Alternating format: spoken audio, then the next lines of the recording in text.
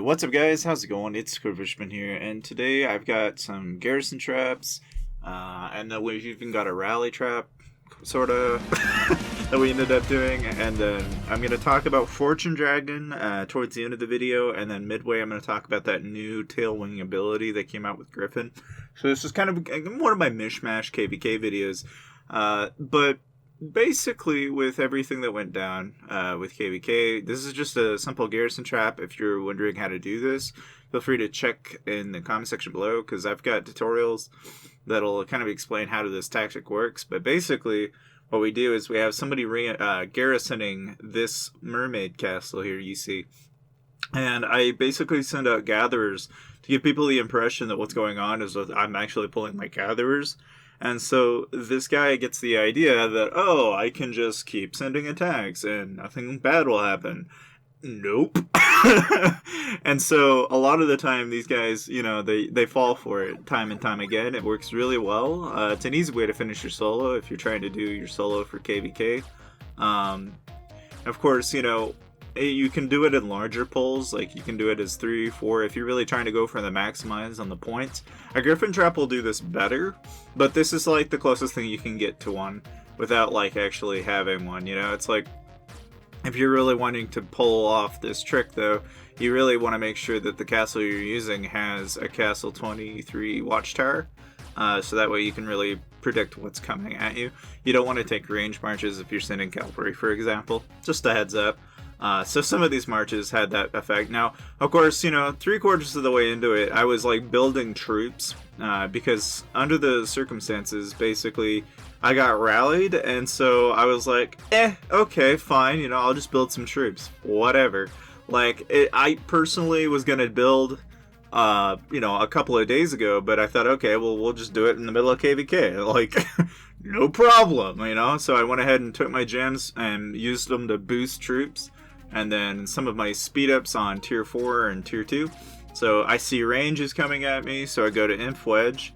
And then I didn't have enough time to swap gear, but I thought, okay, I'll just swap it just to make sure that everybody knows I'm online and that they need to stay back.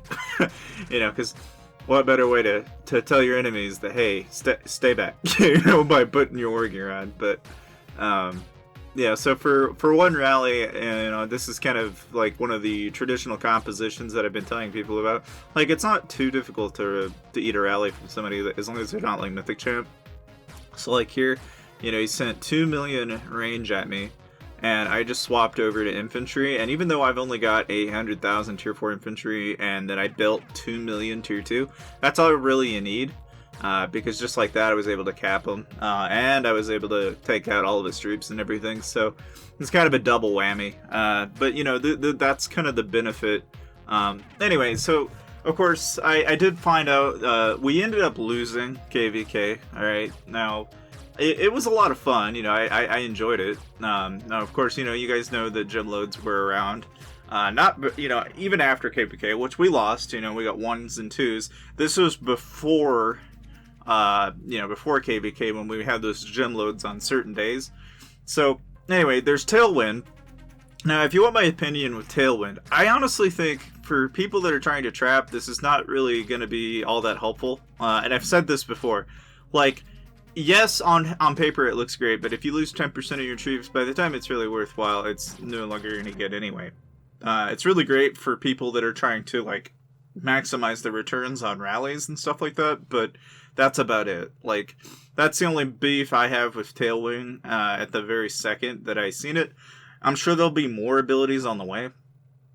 And obviously, just like any ability, it's expensive. Your best bet is to buy the $10 pack to get 50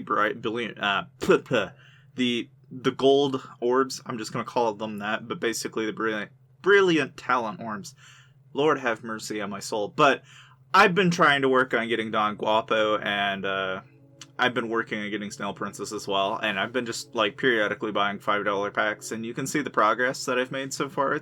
I mean, I'm getting there. It's going to take some time, but it's one of those things that, you got to kind of build up to it as you go along. I already got Curse Hunter, so I've got that going for me. So like right now I can send about 3.6 million, and I'm hoping to aim for the completion of like near 4 mil if I can. Now, for future reference, for people that are ever going to learn about the Fortune Dragon, The main thing with the Fortune Dragon is that the drop rate is Fortune Ingots. In case, for some reason, you guys come back here a year later, and you just so happen to, come across the Fortune Dragon. The main thing is, with the Fortune Dragon, is that you get Fortune Ingots, and Ingots are, a drop rate between 100 and 100,000 gems.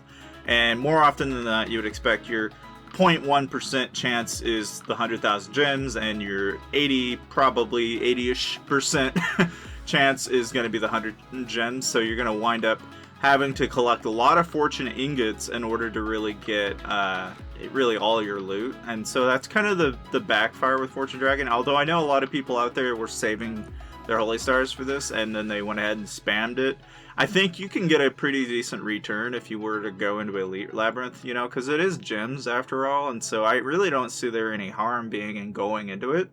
It's just that whenever you're going to go about doing the Fortune Dragon, it's not much different than if you'd done any other event, really. And I would argue that the only backfire to this event, really, is that there's a lot of investment that goes into it for, and every once in a while, gem load drop. Which, I mean, for people that are in normal Labyrinth, it's not worth it, in my opinion. It's not much different than had you done any other event. But, provided, of course, I'm also, a little greedy, and, my standards for, what I get is more aimed towards, the rares that you're gonna get, or even the items that you get for gear. That makes more sense to me than gems.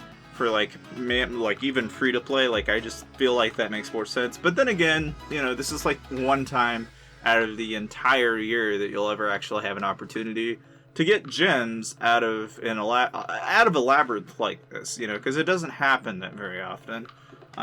So for that reason, I'm not gonna completely discount it, but again, I just really can't help but stress the fact that, if you're gonna do Fortune Dragon, just make sure that you kind of plan it in advance. And for KVK, thank you guys for for those of you that actually did rally me.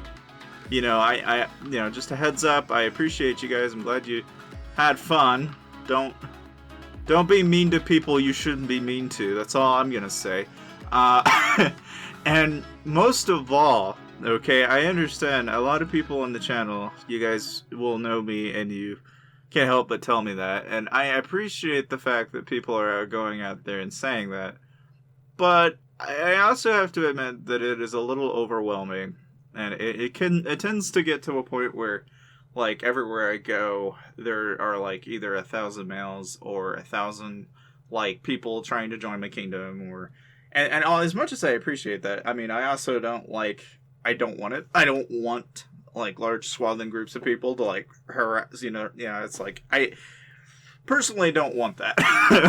I know some people have asked me about my kingdom, and I'll be honest with you, it's not as grand as it seems. I know I've zeroed out a lot of, resource makings as of late, but, they're not that abundant. I know it seems that way, but, I ran into, 5 or 6 in a row, and then I probably won't run into them for, a couple of months from now, but just to give you perspective on that.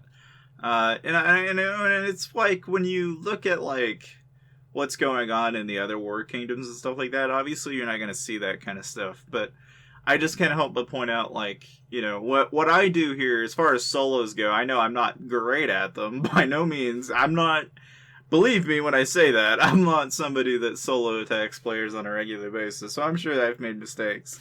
And if there are mistakes that have been made, I'm more than happy to hear people's suggestions on what I should do differently. Okay, but, it's been a crazy time. I really do hope you guys enjoyed the little bit of KVK and hopefully this little Fortune Dragon spin that I've done. I ended up getting 21 ingots, and out of 21 ingots, I didn't get 100,000 gems, so just so you know. But yeah, I mean, overall, I really just hope you guys enjoy your day, and check out these other videos, and I'll see you guys to the next video.